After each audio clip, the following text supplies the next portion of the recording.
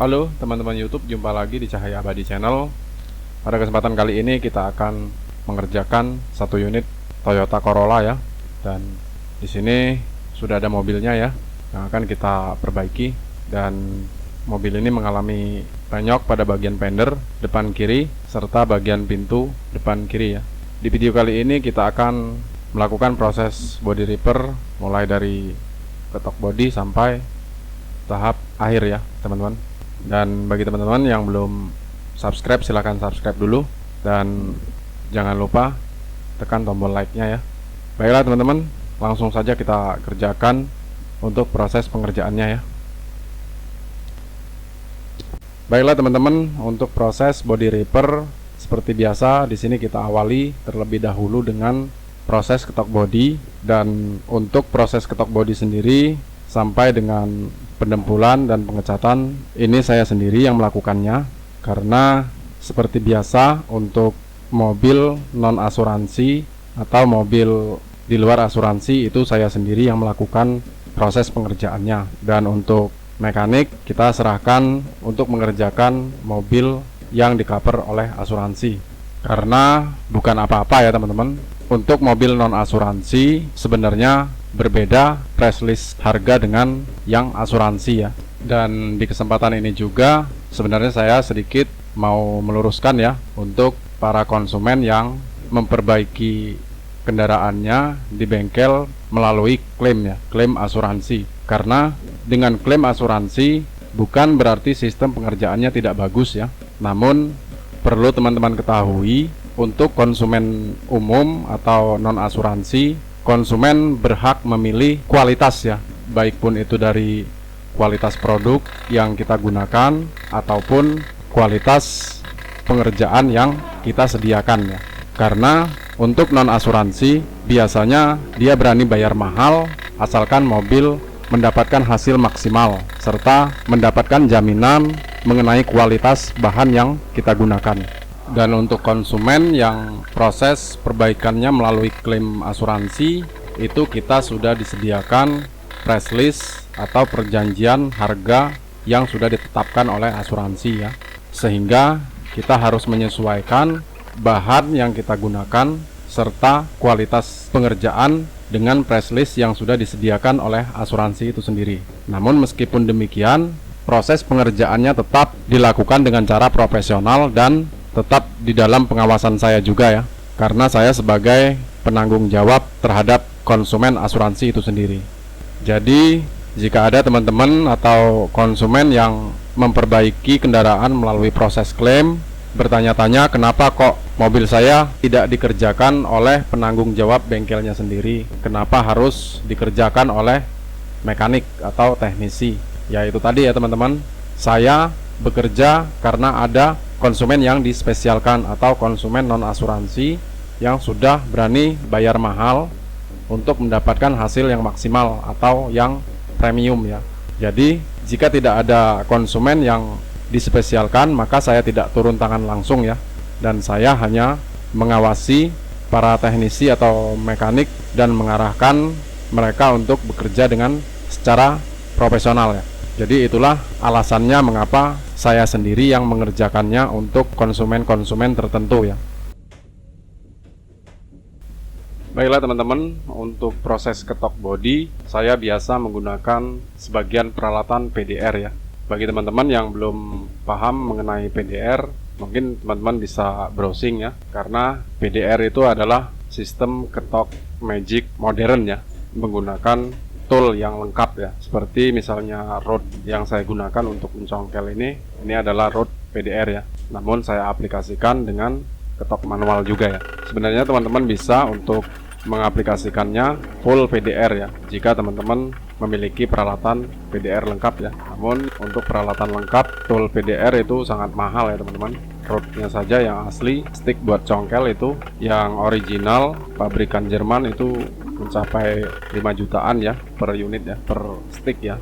Untuk itulah di sini saya aplikasikan tidak full PDR ya, karena peralatan untuk PDR tidak lengkap ya. Jadi saya aplikasikan dengan kombinasi ketok manual. Baiklah teman-teman, sekarang kita sudah memasuki tahap pengamplasan sebelum naik dempul ya.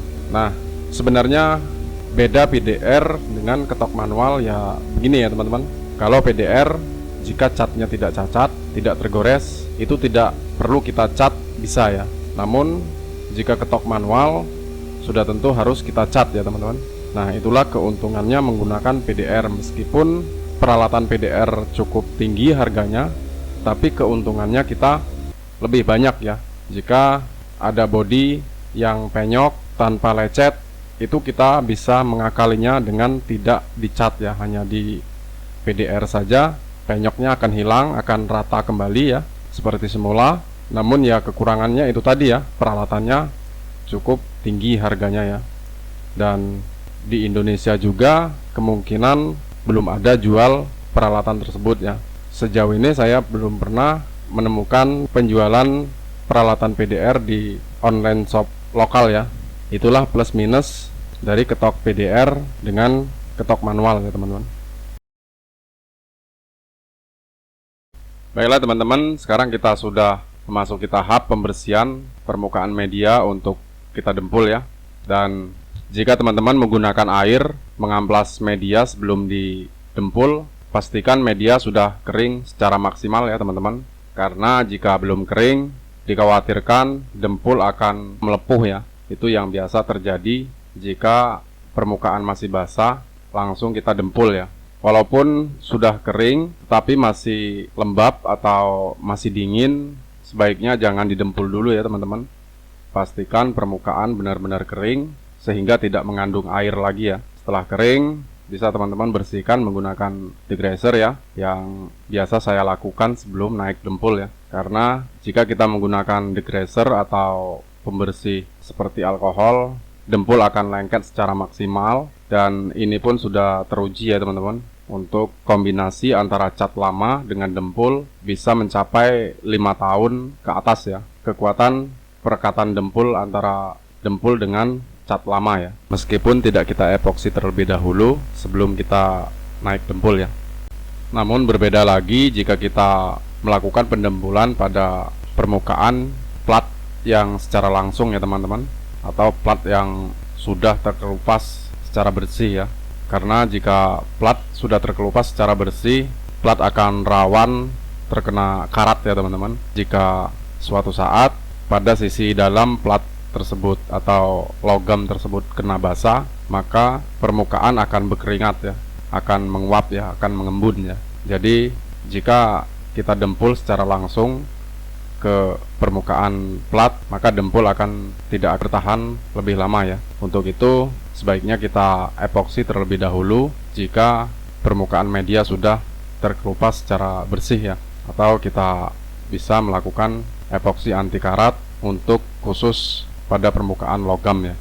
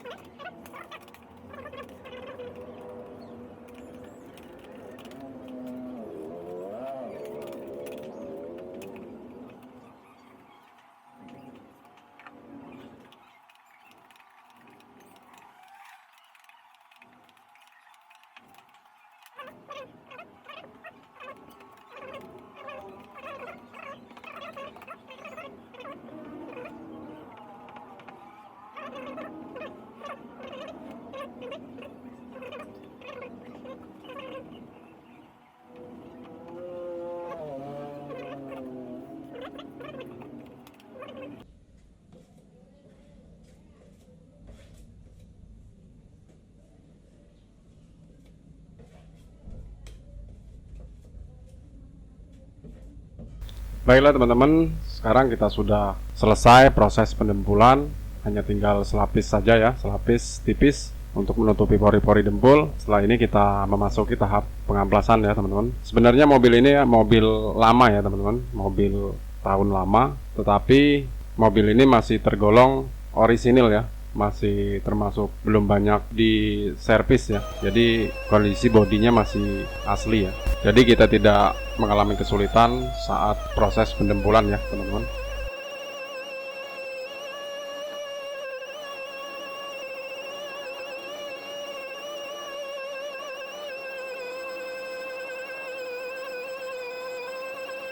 Baiklah teman-teman, sekarang kita sudah memasuki tahap pengamplasan ya. Dan untuk pengamplasan saya biasa menggunakan orbital sander ya. Dan bagi teman-teman yang baru pemula menggunakan orbital sander, sebaiknya teman-teman tidak mengamplasnya terlalu dalam ya, atau terlalu habis ya. Karena jika kita belum paham betul dengan menggunakan orbital sander, permukaan dempul yang kita amplas tidak rata ya teman-teman. Namun jika kita sudah tahu tekniknya, maka kita bisa full menggunakan orbital sander, tidak masalah ya. Proses pengamplasan akan lebih mudah dan cepat, tidak bergelombang juga ya, jika kita sudah benar-benar paham menggunakan orbital sander ya.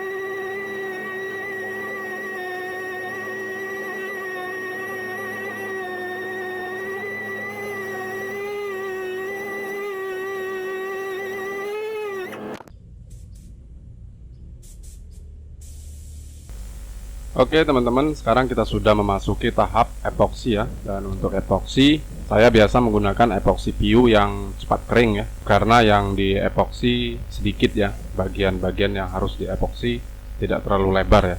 Jadi kita menggunakan epoksi PU yang cepat kering ya, 30 menit bisa diamplas ya. Dan untuk thinner kita juga menggunakan thinner PU ya, tidak menggunakan thinner ND ya. Jadi begitu kita timpa cat nanti epoksinya aman ya, tidak ngangkat atau bermasalah ya, karena kita sudah menggunakan thinner PU, epoksinya juga PU ya. Selain ditimpa cat epoksi tidak ngangkat, kita juga bisa mendeteksi ya, mendeteksi cat lamanya ya. Jika cat lama sudah pernah dicat ulang atau kondisinya kurang bagus, saat di epoksi seperti ini cat lamanya akan ngangkat ya teman-teman. Cat lamanya akan kalah dengan thinner PU ya. Nah, jika kita sudah mengetahui cat lamanya ngangkat, kita bisa epoksi full atau kita bisa kelola ulang ya bagian-bagian yang sudah pernah dicat ulang itu sendiri ya.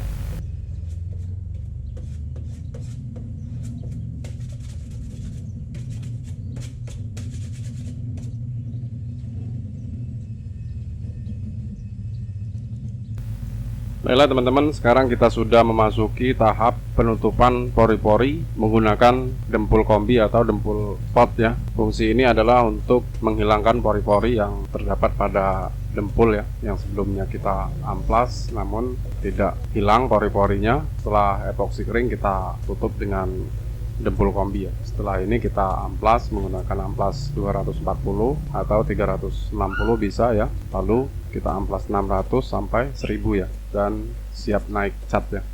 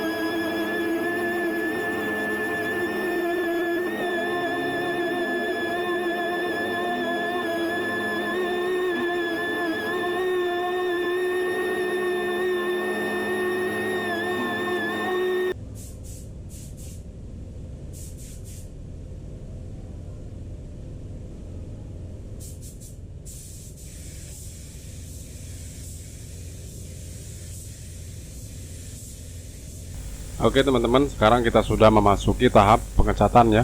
Dan untuk cat dasar kita menggunakan cat warna silver, namun tidak harus sama dengan warna cat jadinya ya. Biarpun agak sedikit muda ataupun sedikit tua, nggak masalah ya. Yang penting kita ada buat dasaran untuk menutupi warna epoksi ya, sehingga kita tidak terlalu boros untuk menggunakan cat jadinya ya, atau cat warnanya ya.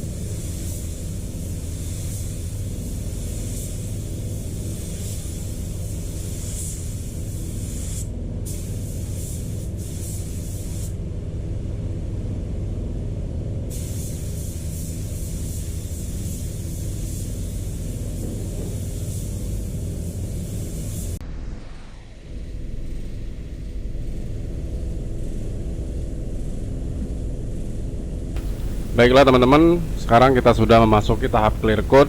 Dan untuk clear coat seperti biasa kita menggunakan clear coat bell coat 8200 ya.